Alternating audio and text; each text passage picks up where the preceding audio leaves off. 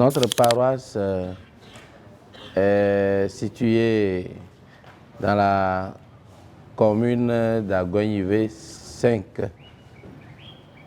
dans le doyenné Lomé-Ouest 4, pas loin de Zanguera, à 4 km de Zanguera, sur l'axe Zanguera-Zosime, précisément à 300 mètres du cours primaire de Zopomare.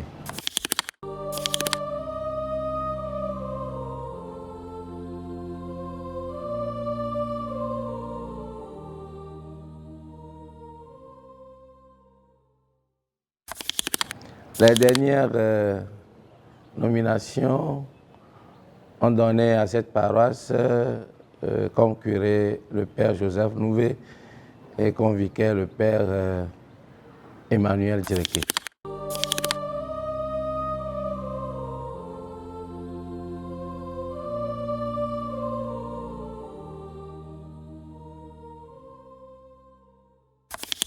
Notre paroisse a été créée en 1992, précisément au cours d'une messe célébrée le 7 octobre 1992 par le révérend père Fabio, un Italien de la communauté des Comboniers d'Adido Gomé, avec une quinzaine de fidèles qui avaient commencé. Les pionniers de la paroisse, on peut citer des figures comme Jérôme Avala, qui fut le président du comité d'alors, Jean Adénion, le vice-président, Robert Asiatroga, qui fut le secrétaire, Madame Vicky Agbeve, la trésorière, Jérémy Avala, qui était conseiller, et les catéchistes d'alors étaient Innocent Amévor et Gabriel Aïbi. Voilà les figures marquantes de notre paroisse.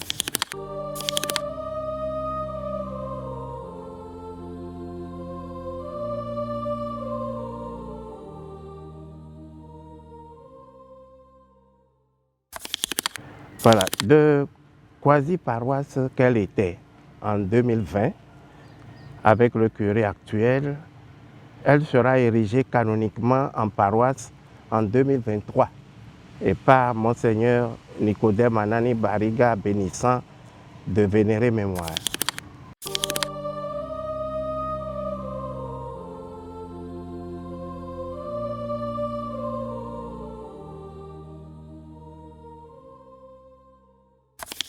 Eh bien, le début de la paroisse est marqué par une visite d'exploration du milieu rendue par le révérend père Jean Correa, un combonien, au chef du village d'alors, avec le message suivant: semer la parole de Dieu dans tous les cœurs, car Jésus aime tout le monde, même les pécheurs.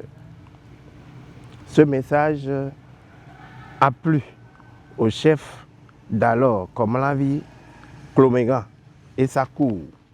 Et c'est le vieux Malikbo Avala qui, une fois informé de ce message, a volontiers décidé de donner une parcelle où un hangar fut construit le 18 août 1992 et la première messe fut célébrée le 7 octobre de la même année. En son temps, la station s'appelait Jean-Baptiste. La vie chrétienne s'animait déjà avec 22 catéchumènes qui se préparaient pour le baptême sous la direction du frère Innocent Amévor en 1993 et auquel avait succédé Romain Adjegnon en 1994. C'est ce dernier qui devait conduire les catéchumènes au premier baptême et à la première communion le 2 juillet 1995. Plus tard, le père Fabio a décidé de changer le nom de la station pour adopter l'appellation actuelle Sainte Thérèse de l'Enfant Jésus et de la Sainte Face. Et la raison était simple, plusieurs stations portaient déjà le nom Saint Jean-Baptiste. Voilà. La station a connu 5 vice-présidents. Jérôme Avala fut le premier vice-président, Basile Gbenahin, le second, Maurice Zouchi, le troisième, et Philippe Adaglo, le quatrième. L'actuel conseil, élu le 19 mai 2024 et qui a pris fonction le 4 août 2024, a pour vice-président actuel M. Semonji Nsinu Ferdinand et pour modérateur M. Ngita Cyril. Plusieurs prêtres se sont succédés. Avant la quasi-paroisse, on peut citer le révérend père Jean Correa, Pepino, Fabio, Elias Afola, Manuel Tcheola et Luc Roji. Mais depuis l'avènement de la quasi-paroisse en 2020, il y a le révérend père Joseph Nouvé, qui est le curé. Il y a Sainte Segbe, vicaire, qui a été affecté, et Emmanuel Djreke, qui est le vicaire actuel.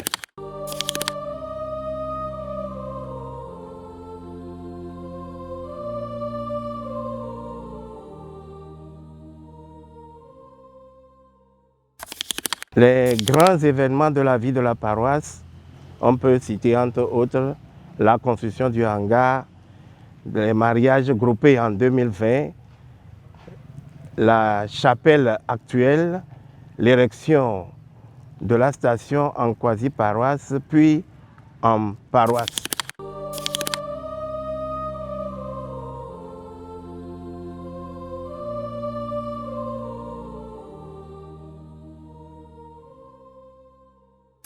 Sur notre paroisse, plusieurs associations, mouvements et chorales animent la vie.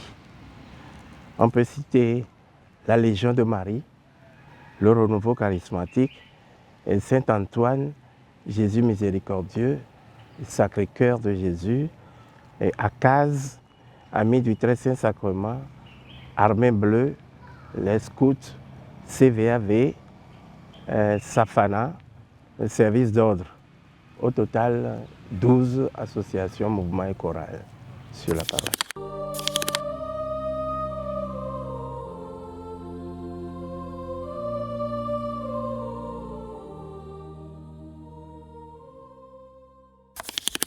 Quatre chorales animent souvent les messes.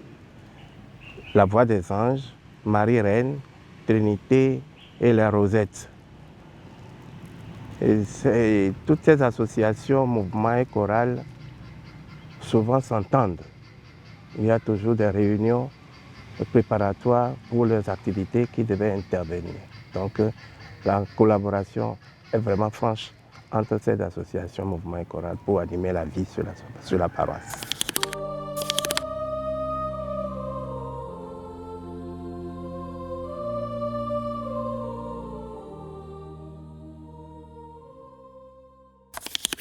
Aujourd'hui, nous avons 7 fidei custodes qui appuient l'équipe sacerdotale dans les célébrations eucharistiques et l'accompagnement des malades. Ils sont au total 7.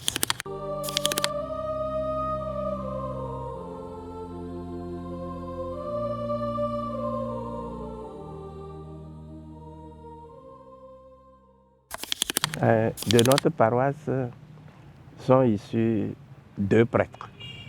2 prêtres que sont Thomas Nyadanou et Joseph Adjokpa. Voilà les 2 prêtres. Mais actuellement, nous avons également 2 petits séminaristes qui sont en formation au petit séminaire.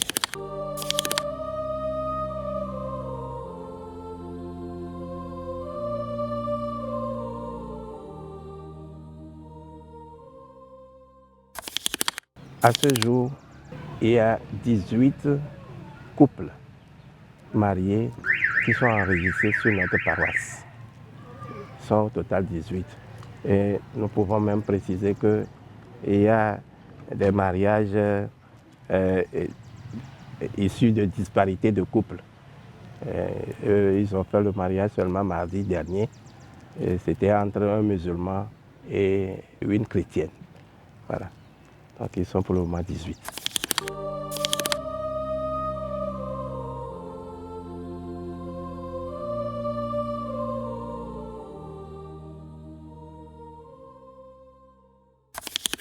L'administration de la paroisse, comme vous le savez, c'est la mission principale du curé qui est aidé dans cet âge par le vicaire.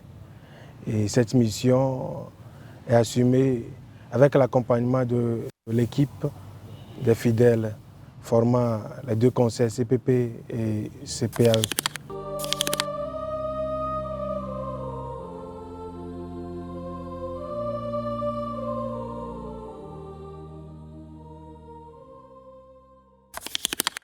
Approximativement, l'effectif des fidèles sur la paroisse avoisine les 800. Nous avons approximativement 800 fidèles sur la paroisse.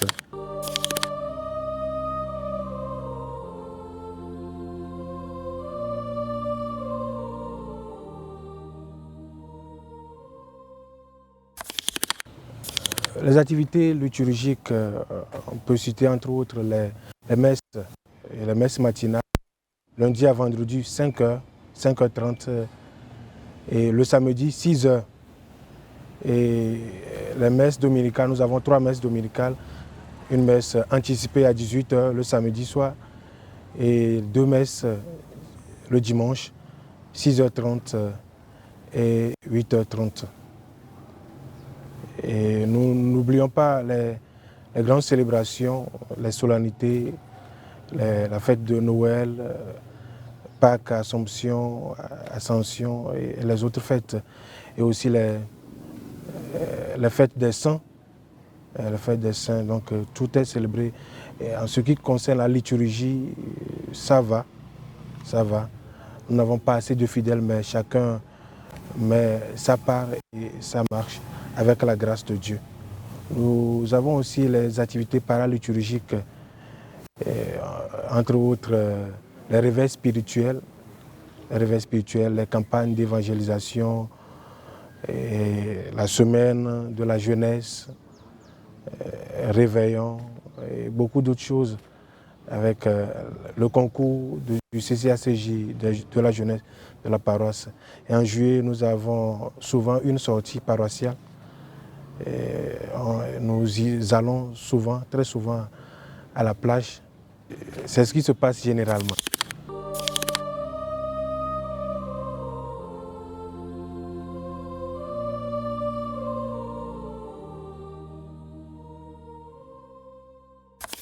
En vue de leur épanouissement, les enfants sont pleinement engagés dans la catéchèse.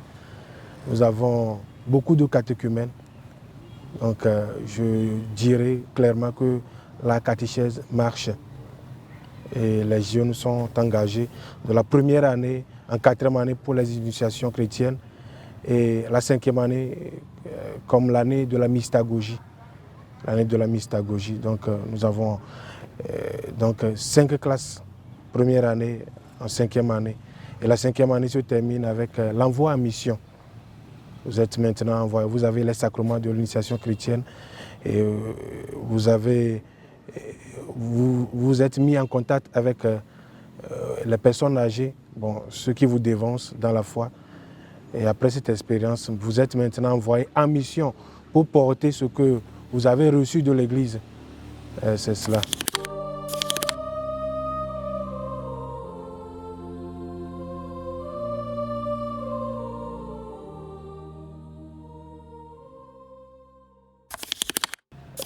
Comme vous le voyez, nous sommes une ancienne communauté, mais une nouvelle paroisse. Nous sommes érigés en paroisse depuis 2020. Donc nous vivons essentiellement des quêtes, essentiellement des dons. Et À partir de ces entrées, nous arrivons à assumer les charges de la paroisse.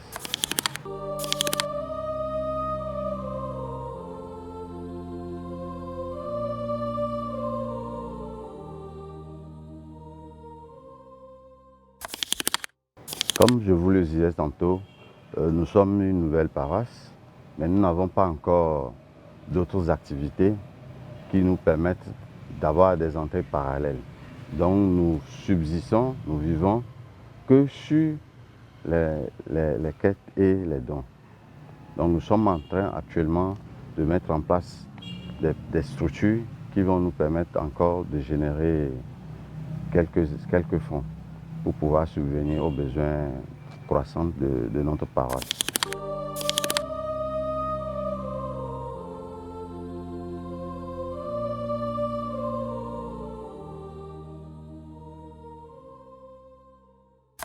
Notre fonctionnement se réside dans l'organisation. Nous établissons des budgets mensuels.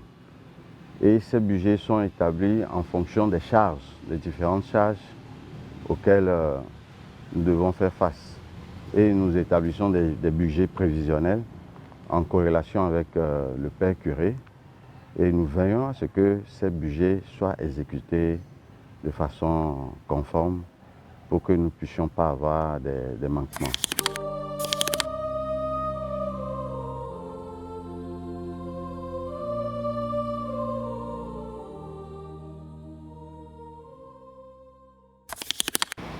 Il faut dire que le nombre total des catéchumènes de la première année jusqu'à la 4e année avoisine 200.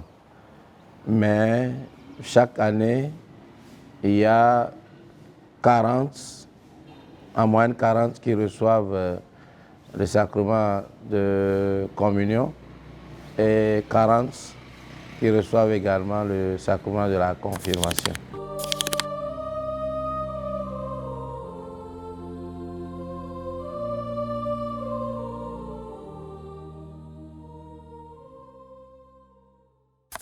Mais les fruits escomptés d'abord, c'est le sacrement.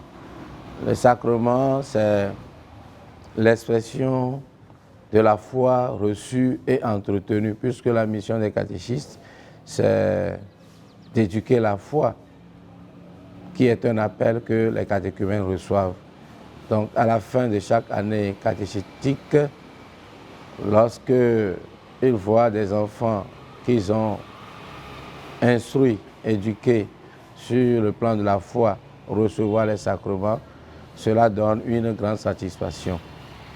Ils sont aussi satisfaits lorsqu'ils se rendent compte que ces enfants qu'ils ont formés n'ont pas abandonné la foi, mais pratiquent cette foi dans les associations, dans le groupe de la jeunesse, dans les chorales, ou simplement participent à la vie de la paroisse.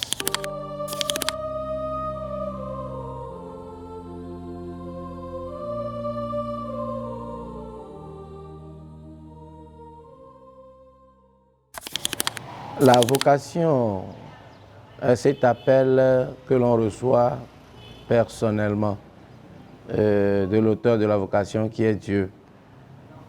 Et l'accompagnement de la paroisse dans ce sens, c'est d'abord à travers le vécu quotidien. C'est lorsque les jeunes voient les pasteurs ou les religieux religieuses qu'ils expriment le désir de se consacrer à Dieu. C'est lorsque les jeunes voient les couples exemplaires qu'ils désirent s'engager dans le mariage. Alors, la première action, c'est le témoignage que mènent toutes ces personnes qui sont appelées à vivre leur foi de façon active, soit dans la vie consacrée, soit dans le mariage. Et maintenant, sur le plan pratique, la paroisse, pour le moment, n'a pas mis sur pied un groupe vocationnel concrètement, mais les contacts particuliers que nous faisons avec les jeunes permettent d'identifier des vocations. Et nous organisons aussi des rencontres périodiques avec les enfants de chœur, avec les jeunes filles. Nous organisons certaines sessions où nous leur proposons de participer à des sessions, ce qui permet qu'aujourd'hui, nous pourrons dire qu'il y a de ces jeunes qui ont exprimé leur désir de rentrer au séminaire, sauf que, ou de rentrer dans la vie consacrée, sauf que pour l'heure, nous n'avons envoyé que 2 candidats. Et nous rendons déjà grâce à Dieu pour ce début qui est prometteur.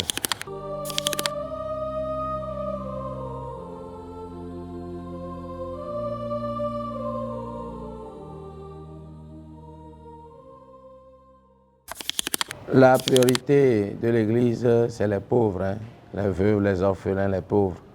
Donc, nous sommes une paroisse très jeune, économiquement pas trop forte, mais nous faisons de notre mieux à travers les dons, à travers les apports et à travers certaines cotisations. Nous arrivons à subvenir aux besoins des nécessiteux avec le secours surtout de la commission de la vie sociale du CPP qui identifie de vrais nécessiteux et qui aussi nous aide à pouvoir leur porter aide et secours.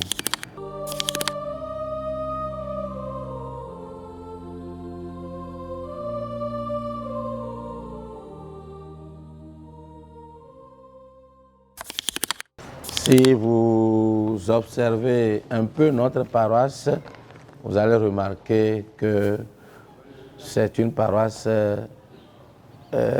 pratiquement neutre ou en chantier. Les défis, on en a tellement. Le premier défi, c'est le défi de la foi. Parce que notre conviction pastorale nous fait comprendre que quand il y a des chrétiens, lorsqu'il y a des gens qui ont la foi, on peut réaliser de grandes choses et relever beaucoup de défis. Alors, quand nous étions arrivés sur cette paroisse il y a 5 ans, la première action était d'éduquer les fidèles à la foi, de réveiller leur foi, de les aider à savoir pratiquer la foi, participer aux activités paroissiales ou liturgiques pour savoir où ils se trouvent. Et c'est ce que nous sommes en train de faire à travers les enseignements que nous organisons, à travers les réveils spirituels, les campagnes et toutes les activités, les enseignements.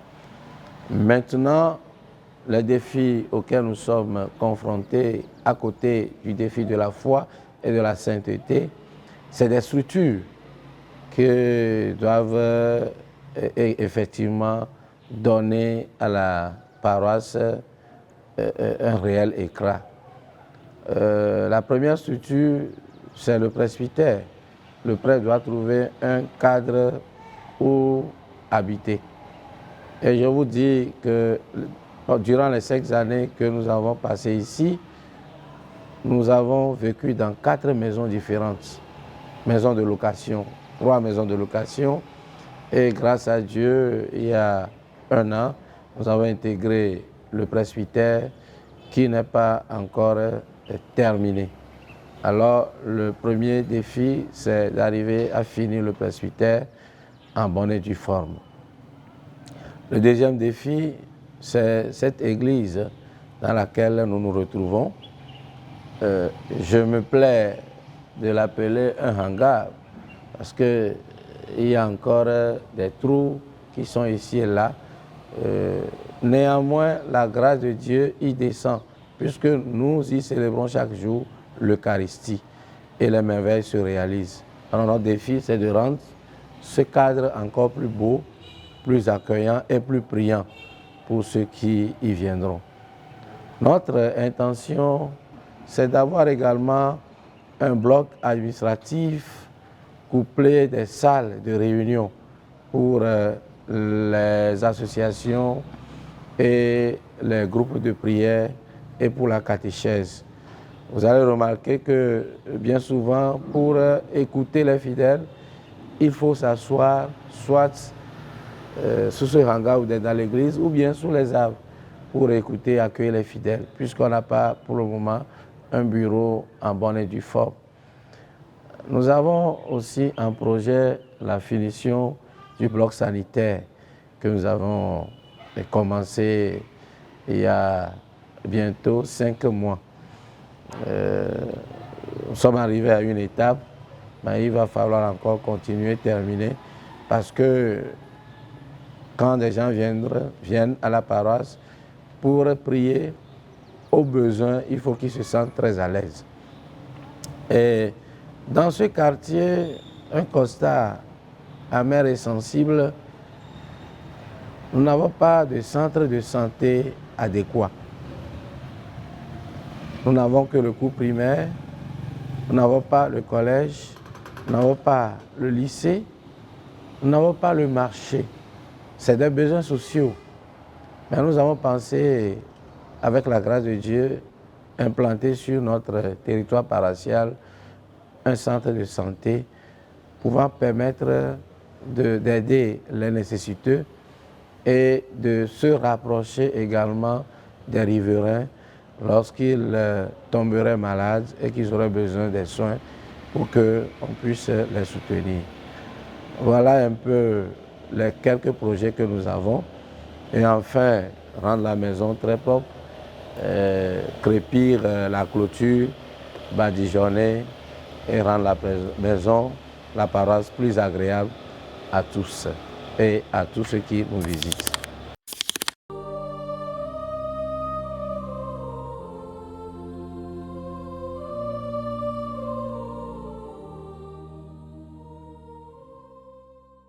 Nous voudrions du fond du cœur exprimer notre reconnaissance au SMA TV qui, une fois encore, a voulu bien nous associer à sa mission d'évangélisation.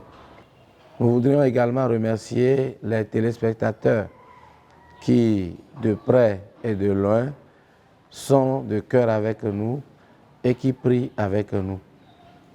Et s'ils écoutent nos voix et s'ils veulent bien nous porter assistance pour l'œuvre de Dieu, nous sommes là, les bras ouverts, pour les accueillir. Nous ne sommes pas là simplement pour recevoir les dons d'eux, nous sommes là également pour prier pour eux. Alors, ils peuvent aussi nous envoyer leurs intentions et à l'autel du Seigneur, avec la Vierge Marie, nous les porterons auprès de notre Dieu.